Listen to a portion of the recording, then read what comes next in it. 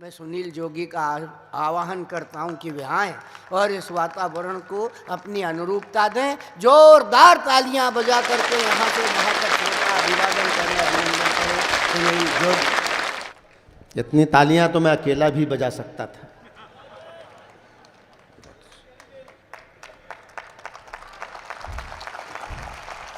ये लोग हाथ जोड़ने पे ताली बजाते हैं। गुरुजी अब वो बैठ गई। बहुत अच्छा पढ़ा मुमताज नसीम ने, एक बार और तालियां उनके लिए बजा दें।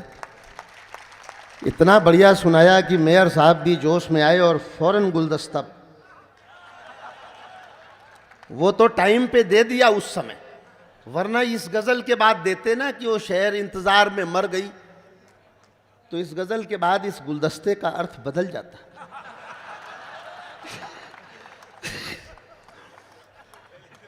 पहले ही दिलवा दिया रामेश्वर जी ने। भोपाल के मेयर हैं, कुछ तो अच्छा करेंगे ही। नहीं, यहाँ अच्छे अच्छे अस्पताल हैं, बहुत अच्छे अच्छे। गुरुजी आज पूरे मूड में हैं आज गुरुजी, लेकिन एक पंक्ति पर गुरुजी खामोश रह गए, मुझे तकलीफ हुई। नहीं भैया, मैं देखो बच्चों के मुंह नहीं लगता। ठीक है, बच्चों के मुंह नहीं, बच्चों का दायित्व है कि वो हमारे पाँव लगे। ये तो छोरी को समझाओ। हाँ, तो छोरी को क्या समझा, छोरी का आज दिन है इसलिए छिछोरी हो गई।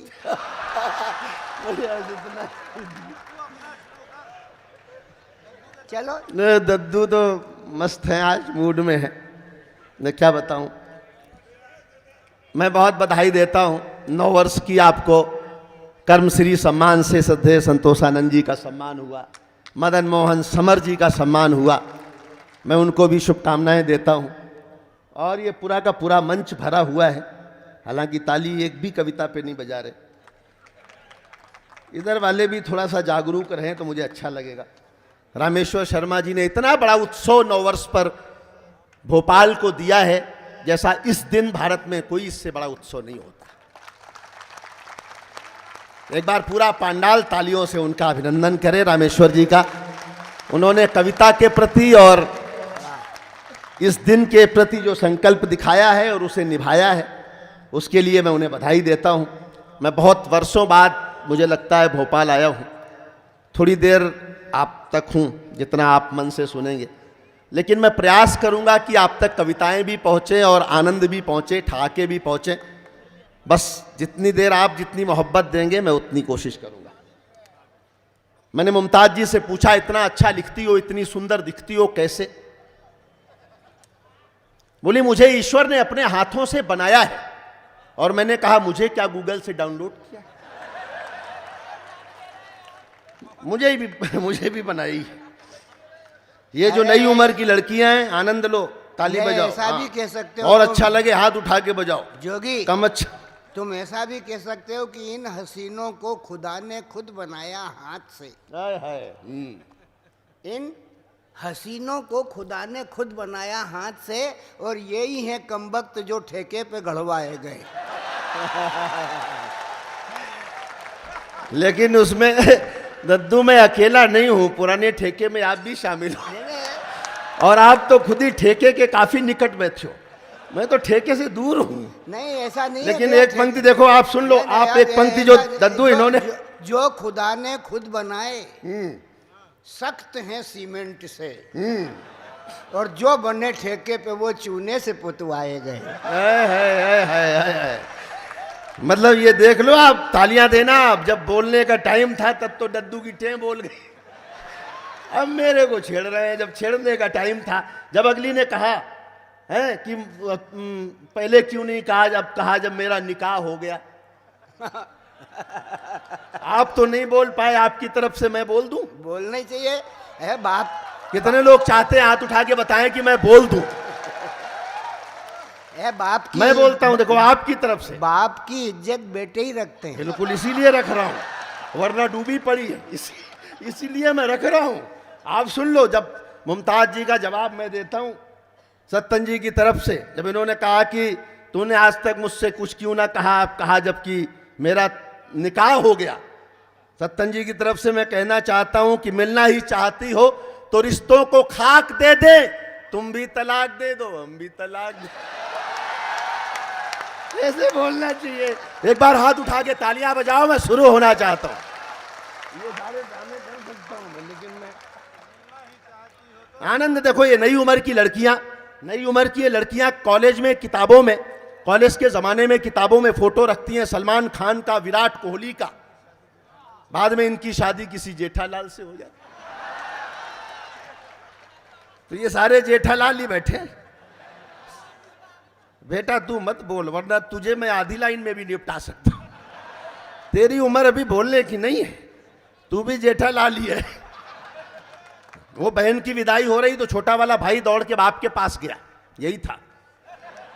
छोटा वाला भाई दौड़ के बाप के पास गया, बोला पापा पापा दीदी रो रही, जीजा जी नहीं रो रहे।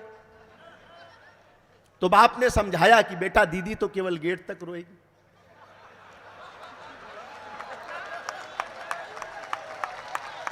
तालियां बहुत कमजोर हैं, मैं अभी शुरू होना चाहता हूं, लेकिन आपकी मोहब्बत में। ये हमारे भाई रामेश्वर शर्मा जी बैठे हैं, मेरे एक दोस्त भोपाल में राजेश्वर जी हैं, मैं उनको भी प्रणाम करता हूं। आ जाओ भैया, तुम्हारा ये 7वां चक्कर है, इतने में आदमी का ब्याह हो जाता है। अब मत उठना, मैंने जिन सर आज 9 वर्ष का पर्व है, मैं 4 पंक्तियां ताजा पढ़ता हूं। ये सब रंग मैं दिखाता चलूंगा, लेकिन कुछ अच्छी कविता भी आप तक पहुंचे, ताल से सुनेंगे मुझे अच्छा लगेगा। मैं शुरू करता हूं कि चैत्र प्रतिपदा नवरात्रों में मां का वंदन करते हैं। जब तक सारे ताली नहीं बजाएंगे मैं यही लाइन दोहराता रहूंगा। मुझे लगे कि मैं इस अवसर पर आया हूं तो मेरा कुछ फर्ज भी बनता है। मैं शुरू करता हूं कि चैत्र प्रतिपदा नवरात्रों में मां का वंदन करते हैं, हम भारत के 9 संवत्सर का अभिनंदन करते हैं। एक भी हाथ नीचे न रहे अगर आप यहां हैं, चौथी लाइन में उठ जाएं सबके हाथ। हम भारत के 9 संवत्सर का अभिनंदन करते हैं, आर्य समाज की नींव पड़ी और हेडगेवार का जन्म हुआ। अब बताए भोपाल की मैं शुरू होना चाहता हूं। आर्य समाज की नींव पड़ी और हेडगेवार का जन्म हुआ, हम भोपाल के मस्तक पर केसरिया चंदन करते हैं, हम भोपाल के मस्तक पर केसरिया। वाह भैया वाह। आधी लाइन बाद वाली आप सब बोला करें, मुझे सांस लेने में आसानी रहेगी। ये माइक सच में बहुत अच्छा है, लेकिन इतना अच्छा है कि कभी थोड़ी देर में निपट सकता है। अच्छा है, थोड़ा गला पकड़ता है, बाकी सब अच्छा है। मैं उत्तर प्रदेश से आया हूं, सत्ता परिवर्तन हुआ तो 4 पंक्तियां मैंने लिखी ताजा। मुझे नहीं पता कि आप कैसे सुनेंगे, लेकिन क्यों हुआ सत्ता परिवर्तन उस दृश्य को देखें। और मोहब्बत देना, मोहब्बत देना कवि का कर्म है। ये बाबू कवि का कर्म है, ये कुंठा बोले कवि का कर्म। देखो आप, मैं शुरू करता हूं। ये लोग मुझे सपोर्ट नहीं करना चाहते, अब आपका धर्म है कि आप मेरा साथ निभाएं। रामेश्वर जी मैं समर्पित करता हूं कि अच्छे दिन की आशा में दुख को निष्कासन सौंप दिया।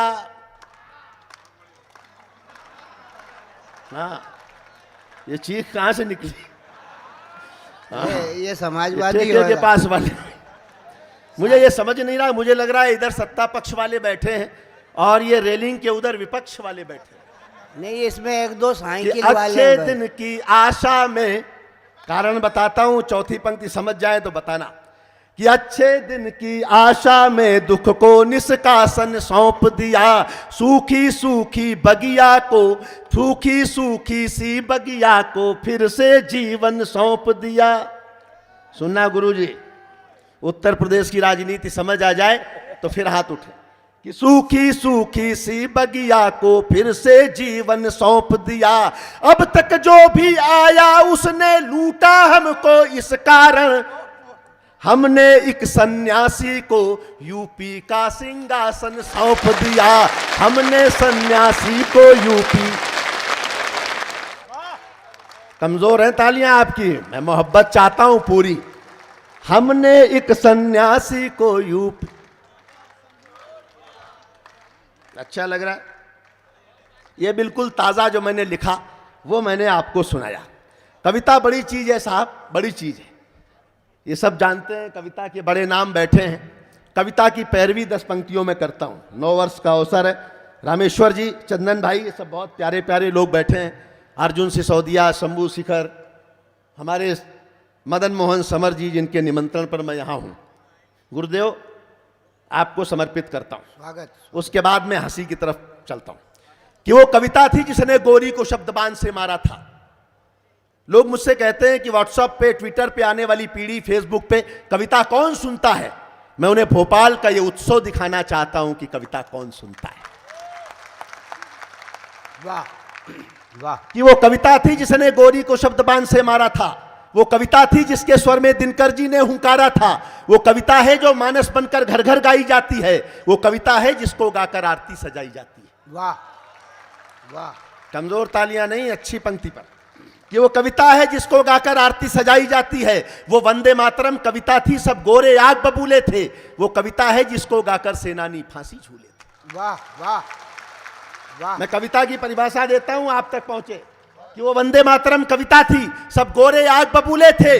वो कविता थी जिसको गाकर सेनानी फांसी झूले थे। ये कविता मंदिर में जाकर गाओ तो भजन बन जाती है। दरबारों में जाकर गाओ कविता चारण बन जाती है। रंगों के बीच अगर गाओ कविता होरी बन जाती है। माँ का स्वर मिल जाता है तो कविता लोरी बन जाती है। हाय हाय वाह। माँ का स्वर मिल जाता है। और लोकतंत्र में कविता का सबसे बड़ा महत्व आपको बताता हूं, आप समझ जाएं तो समर्थन करना। कि माँ का स्वर मिल जाता है तो कविता लोरी बन जाती है। मत पूछो कविता की उड़ान, ये स्वाभिमान बन जाती है। कविता ही है जो 1.25 अरब का राष्ट्रगान बन जाती है। कविता ही है जो 1.25 अरब का राष्ट्रगान बन जाती है। ये राष्ट्र कहीं ना सो जाए, रातों में जागा करते हैं। इसकी खुशहाली की खातिर ये मन्नत मांगा करते हैं। ये मीर कबीरा सूरा के वंशज, इनका वंदन करिए और दोनों हाथ उठा करके कविता का अभिनंदन करिए। वाह वाह। ये कविता के अभिनंदन का पर्व है जिसे हम 9 वर्ष पर मना रहे हैं। मैं बहुत बधाई देता हूं, बहुत बधाई देता हूं। मैं तो दिल्ली से आया हूं जहां केजरीवाल जी की सरकार है। ऐसा बवाली आदमी आपने देखा नहीं होगा।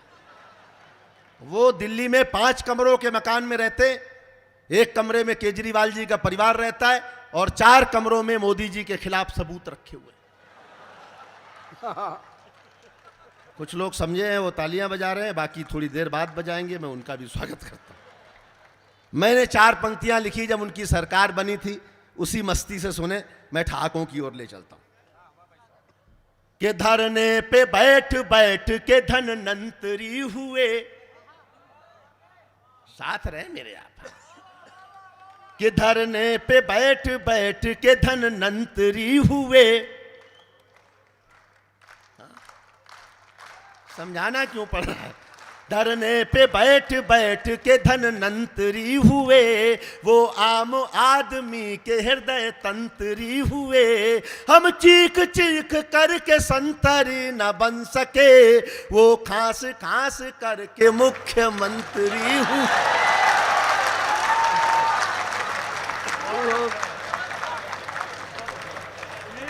अभी मैंने बढ़िया वाला शुरू नहीं किया है।